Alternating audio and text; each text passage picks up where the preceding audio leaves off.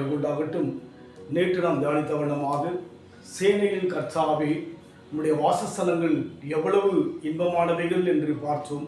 உண்மையாகவே அவருடைய சமூகத்தை நாம் கடந்து போய் ஆராதிக்கின்ற போது, ஆசையோடு வாஞ்சையோடு தாகத்தோடு ஆராதிக்கின்ற போது நிச்சயமாகவே அவர் சமூகம் நமக்கு இன்பமாக இருக்கும்.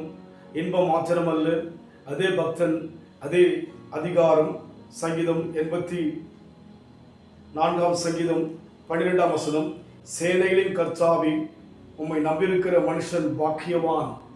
அந்த சங்கீதத்தின் ஆரம்பத்தில் சேனைகளின் கர்த்தாவே என்று ஆரம்பிக்கின்றார், முடிக்கும் போதும் சேனைகளின் கர்த்தாவே என்று முடிக்கின்றார். அதனால் அவர் வாழ்க்கையில் வந்த எல்லா பிரச்சனையிலும் தேவன் இருந்து ஜெயத்தை கொடுத்ததாய் பார்க்க முடியும்.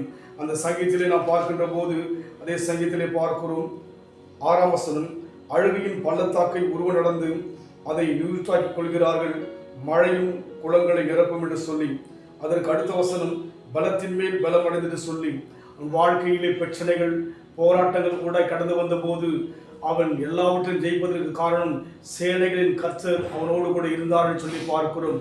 காரணம், அவன் ஆலயத்தை வாஞ்சையோடு கூட தேடுகின்ற ஒரு மனுஷனாக இருந்தான். அதோடு மாத்திரமல்ல, அவன் நம்புகின்ற மனுஷனாக இந்த சங்கீதத்தை முடிப்பதை பார்க்கிறோம். இன்றைக்கு நம் வாழ்க்கையிலே வேதம் சொல்கிறது, சுவாசம் உள்ள மனுஷனை நம்புவதை பார்க்கிலும் கர்த்தர் பேரில் பற்றுதலாய் இருப்பதே நலம் என்று சொல்லி பார்க்கிறோம். அதனால் நம் நம்பிக்கை முழுமையாக தேவன் பட்சமாக இருக்க வேண்டும். யோபு சொல்கிறார், நீர் என்னை கொன்று போட்டாலும் உம்மை நம்ப வேண்டும் சொல்லி கர்த்தரை நம்பியிருக்கிற மனுஷன் பாக்கியவான் என்று சொல்லி எரேமியா சொல்வதை பார்க்கிறோம். அதனால் இன்றைக்கு நம் வாழ்க்கையிலே தேவனை நம்புவோம். நிச்சயமாகவே நம் தேவன் எல்லாவற்றிலும் வெற்றி சிறந்தவர். நம் தேவன் சேனையின் கர்த்தராக, நமக்காக யுத்தம் பண்ணுகிறவராக, நமக்காக வழக்காடுகிறவராக, நமக்காக யாவற்றையும் செய்து முடிக்கிற கரிசனையுள்ள தேவனாய் இருக்கின்றபடியினாலே நம் வாழ்க்கையிலே நாம் ஆசீர்வதிக்கப்பட்ட மக்கள் என்று நாம் விசுவாசிக்க வேண்டும். காரணம், நாம் தேவனை நம்புகின்றபடினால், சேனையின் கர்த்தரை நம்புகின்றபடினால், வெற்றியை கொடுக்கிற தெய்வத்தை நம்புகின்றபடினால் நாம் ஆசீர்வதிக்கப்பட்டவர்கள். அதனால் நம் நம்பிக்கை வீண் போகாதபடிக்கு ஆண்டவரை நோக்கி பார்ப்போம். நிச்சயமாகவே இன்றைக்கும் தேவன் அற்புதம் செய்ய வல்லவராய் இருக்கிறார். அந்த சங்கீதக்காரன் சொல்கிற வண்ணமாக, சேனைகளின் கர்த்தாவே உம்மை நம்பியிருக்கிற மனுஷன் பாக்கியவான் என்ற வண்ணமாக நாம் ஆசீர்வதிக்கப்பட தேவனை தொடர்ந்து நம்ம ஒப்பு கொடுப்போம்.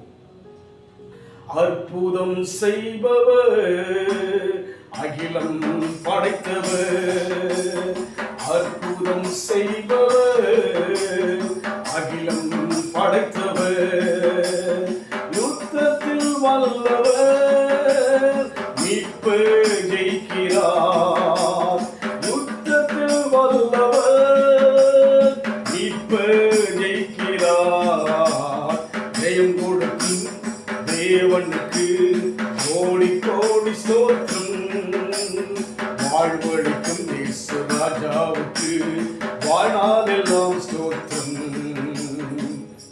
சேனையின் கர்த்தரை நம்புகிற மனுஷன் பாக்கியவான் என்று நாம் பார்க்கிற வண்ணமாக, சேனைகளின் கர்த்தாவே உம்மை நம்பியிருக்கிறோம், நாங்கள் ஆசீர்வதிக்கப்பட்ட மக்கள் ஐயா. எங்கள் வாழ்க்கையில் பிரச்சனைகள், வேதனைகள், விரக்தியான சம்பவங்கள், இழப்புகள் எது வந்தாலும் கூட எங்கள் வாழ்வு முடிவிலே ஆசீர்வதிக்கப்படும், சந்ததி ஆசீர்வதிக்கப்படும், ஜெபிக்கின்ற அநேக ஜனங்கள் ஆசீர்வதிக்கப்படுவார் ஆண்டவரே.